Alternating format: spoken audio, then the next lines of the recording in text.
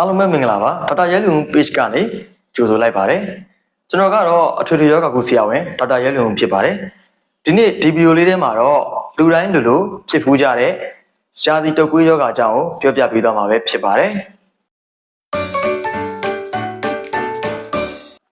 တုပ်ကွေးယောဂ influenza ဆိုတာက influenza virus လို့ခေါ်တဲ့တုပ်ကွေး virus ပိုးကြောင့်ဖြစ်တဲ့အသက်ရှူလမ်းကြောင်းဆိုင်ရာကူးစက်ယောဂတစ်မျိုးပဲဖြစ်ပါတယ်တုပ်ကွေး virus ပိုးဟာဆိုရင်နှာခေါင်းလေကြောင်းအဆုတ်စတဲ့အသက်ရှူလမ်းကြောင်းအစိတ်ပိုင်းတွေကိုကူးစက်နိုင်ပါတယ်ရာသီတစ်ခုရဲ့အချိန်ကာလတစ်ခုအတွင်းမှာပုံမှန်ထက်ပိုပြီးတော့လူအများအပြားမှာကူးစက်ဖြစ်ပွားတဲ့တုပ်ကွေးယောဂကို seasonal influenza ရာသီတုပ်ကွေးယောဂလို့ခေါ်ပါတယ်အဲ့ဒီရာသီတုပ်ကွေးယောဂအဖြစ်များလာတဲ့အချိန်ရောက်ပြီဆိုရင်မိမိတို့ရဲ့ပတ်ဝန်းကျင်မှာတုပ်ကွေးဖြစ်တဲ့လူတိတိကျကျများလာတာကိုတွေ့ရမှာပဲဖြစ်ပါတယ်အိမ်သားတယောက်တုပ်ကွေးစဖြစ်ပြီဆိုတာနဲ့ရှက်ပိုင်းအတွင်းမှာပဲတခြားအိမ်သားတွေကိုပါကူးစက်ဖြစ်ပွားတတ်ပါတယ်ရာသီတုပ်ကွေးယောဂဟာမိုးရာသီမှာအများဆုံးဖြစ်ပွားလေးရှိပြီးတော့အခုလိုမျိုးအချိန်မိုးအကုန်ဆောင်းကူရာသီအကူးပြောင်းကာလမှာလည်းရာသီတုပ်ကွေးယောဂအဖြစ်များတာကိုတွေ့ရပါတယ်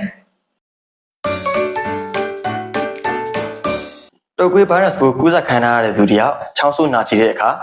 စကားပြောတဲ့အခါမှာထွက်လာတဲ့ယောဂပိုးပါတဲ့အမှုန်မွားတွေကအနီးနားမှာရှိတဲ့လူတွေရဲ့နှာခေါင်းနဲ့ပါးစပ်ထဲဝင်ပြီးတော့တုပ်ကွေးယောဂပိုးကူးစက်တာဖြစ်ပါတယ်။ဒါအပြင်တုပ်ကွေးယောဂပိုးကန့်ညိနေတဲ့မျက်နှာပြင်ဒါမှမဟုတ်ပစ္စည်းတစ်ခုခုကိုလက်နဲ့ထိတွေ့ကင်တယ်ပြီးတော့အဲ့ဒီလက်နဲ့ပဲမိမိတို့ရဲ့မျက်စိပါးစပ်နဲ့နှာခေါင်းကိုကင်တယ်ထိတွေ့မိရာကနေလေတုပ်ကွေးယောဂပိုးကူးစက်နိုင်ပါတယ်။တုပ်ကွေးယောဂပိုးဟာတုပ်ကွေးလက္ခဏာပြနေတဲ့သူစီကရောတုပ်ကွေးလက္ခဏာမပြသေးတဲ့လူစီကပါတခြားသူတွေစီကိုကူးစက်နိုင်ပါတယ်တုပ်ကွေးလက္ခဏာပြပြီးချင်း3-4ရက်အတွင်းမှာဆိုရင်တုပ်ကွေးယောဂပိုးကူးစက်နိုင်ခြေအများဆုံးဖြစ်ပါတယ်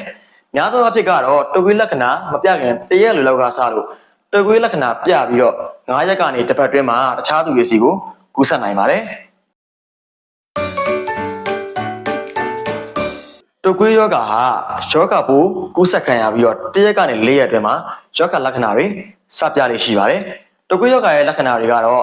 ဖြားတာအချမ်းတုံလိုမျိုးခံစားရတာချောင်းဆိုးတာလေချောင်းနာတာနှာရည်ကိုနှာစီးတာခေါင်းကိုက်တာကိုယ်လက်ကိုက်ခဲတာနဲ့ပင်ပန်းနှွမ်းနေတာစတာတွေပဲဖြစ်ပါတယ်တချို့လူတွေမှာဆိုရင်တော့ပြုတ်အန်တာနဲ့ one shot တာမျိုးတွေလည်းဖြစ်တတ်ပါတယ်တုပ်ကွေးယောဂရဲ့နောက်ဆက်တွဲအနေနဲ့ဘက်တီးရီးယားပိုးဝင်ပြီးတော့အဆုတ်ရောင်နမိုးနီးယားယောဂဖြစ်တာဓာတ်ပိုးဝင်တာနှလုံးယောဂပန်းနိုင်ကျယောဂစီးကျူယောဂလိုမျိုးနာတာရှည်ယောဂအခန်းတွေပိုဆိုးလာတာစတာတွေပြင်တစ်ခါတလေမှာအသက်ဆုံးရှုံးတဲ့အထိပါဖြစ်နိုင်ပါတယ်တုပ်ကွေးယောဂဟာအသက်အရွယ်မရွေးကျန်းမာရေးကောင်းသည်ဖြစ်စေကျန်းမာရေးမကောင်းသည်ဖြစ်စေမည်သူမဆိုဖြစ်နိုင်ပါတယ်ဒါပေမဲ့အသက်65နှစ်နဲ့အထက်သက်ကြီးရွယ်အိုတွေနာတာရှည်ယောဂအခန်းရှိတဲ့သူတွေကိုယ်ဝန်ဆောင်မိခင်တွေနဲ့အသက်9နှစ်အောက်ကလေးတွေမှာတုပ်ကွေးယောဂဖြစ်ပြီဆိုရင်တော့နောက်ဆက်တွဲဆိုးကျိုးတွေကပိုပြီးတော့ပြင်းထန်နိုင်ပါတယ်